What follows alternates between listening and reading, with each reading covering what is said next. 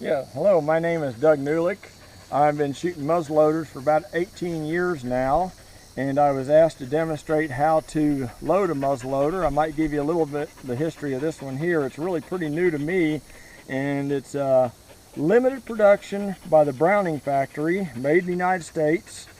It's 54 caliber, and another thing that sets it apart from most guns is it has what's called a single set trigger. On it, you push forward to make a real light trigger set out of it. Now you can set it off without setting it.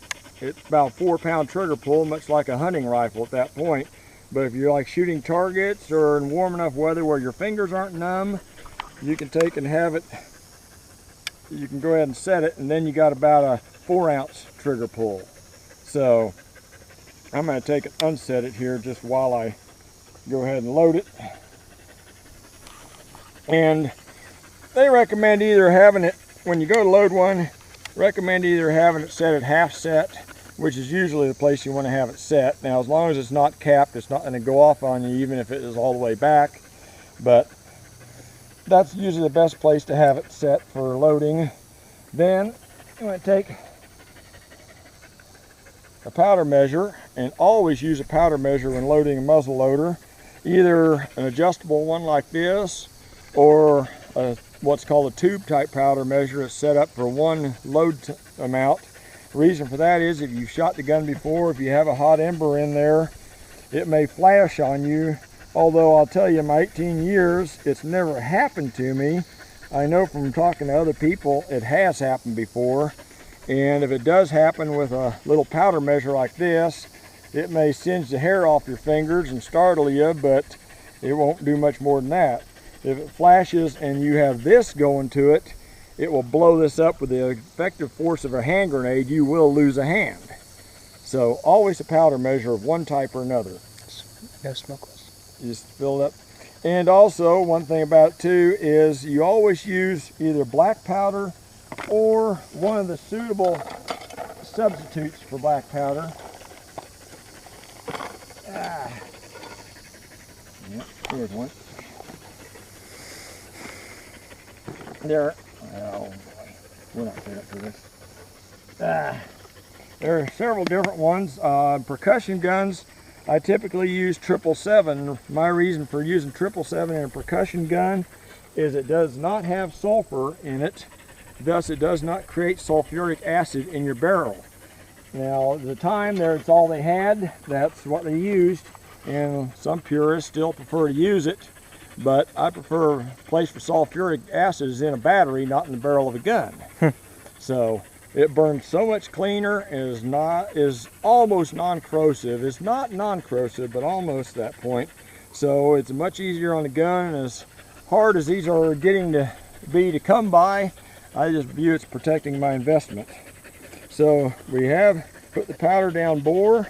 Now, one thing about muzzle loading, it can be, short of a pellet gun, the most economical gun you can shoot if it's set up to use round balls. Now, your modern inlines have too fast a twist in the barrel to stabilize a ball properly. I'm not saying you can't shoot them with a round ball, because you can shoot a patched round ball through any muzzle loader. And it's a very economical way to shoot any muzzleloader. Unfortunately, your inlines will not shoot as accurately with a round ball as a gun, particularly like this one right here. This has a very slow twist rate of about 1 in 66, which is considered optimum for a round ball. Your modern inlines may be 1 in 17 or 1 in 20, and they cause a round ball to destabilize in flight. So that's one of the reasons why I fell in love with the traditional style, is because I just enjoy it so much more. So I use what's called a spit patch. It's basically, you can take a strip of cloth, tear it in strips,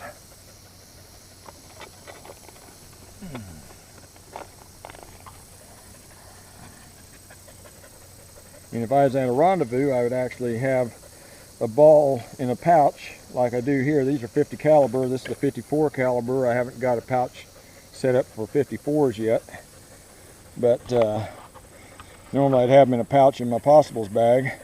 You use the short part of the little short stem, the short starter, to start it, And the safest, easiest way, one, hold the gun between your legs. If you don't have a regular bench to go up against. Even if you do, I recommend you hold it between your legs. To really load one right, you need 4 hands. I've never met anybody yet that was born with 4 hands. So you use your legs for 1 pair of hands. They control the gun. They control the barrel and the muzzle. That leaves your hands free to do this. This gets the ball past the crown of the barrel, and because if you're using a real tight cloth, it's really very necessary. On thin cloth it's not so much, but you need it past the, well, if you get it past the crown of the barrel, then you can go ahead and cut your patch, and you can see how that just comes up around the ball and seals off good, but doesn't wrap around the top of the ball to throw off your trajectory. So that's one of the 2 reasons I like a spit patch, because it gives you your most accurate, and because the patch is wet and saliva by nature is a little bit alkaline. So any acids that are formed in your barrel by the powder burning, it actually helps neutralize. Plus, it's like running a cleaning patch down your bore in between every shot.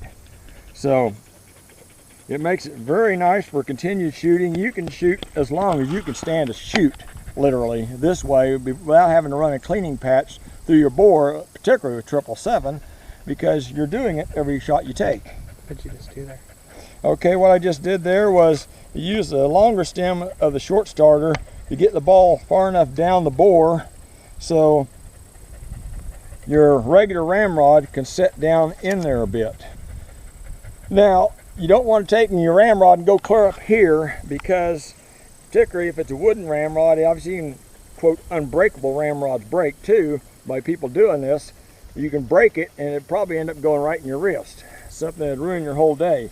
You want to get it, even if it's a unbreakable ramrod, you want to get it down near the barrel and just work it down. You get down, then give it a couple good stiff taps. You know that ball is down on the powder real good, because with black powder and black powder substitutes, you want to have that ball seated squarely on the powder. You don't want to have a loose charge. Okay, once you get it like that, then you can go ahead, come back. Like I said, I like to teach to come back to full cock before priming or capping, because one, that way if this would have tripped when I was going to set the trigger, it would fall on an empty nipple. It would not go off. But otherwise, even on a gun without a set trigger, if you're pulling this back and it's a stiff hammer, it comes out of your thumb. If you don't have a cap on there, it won't go off. But if you had a cap on this and this slipped off your thumb and fell on that nipple, that would go off wherever that gun was pointed. So by doing it that way, it's the safest way to make sure it don't go off when you don't want it to. Just like you're not supposed to cap until you're just getting ready to shoot anyway. So if you pull the hammer back first, that gets you in line to do it. Go ahead and take your aim. And you can hear there I had just a fraction of a hang fire. But it still stayed on target. Well, thank you very, very much, Doug, for doing that demonstration. Hopefully that'll help keep people from hurting themselves. Thank you.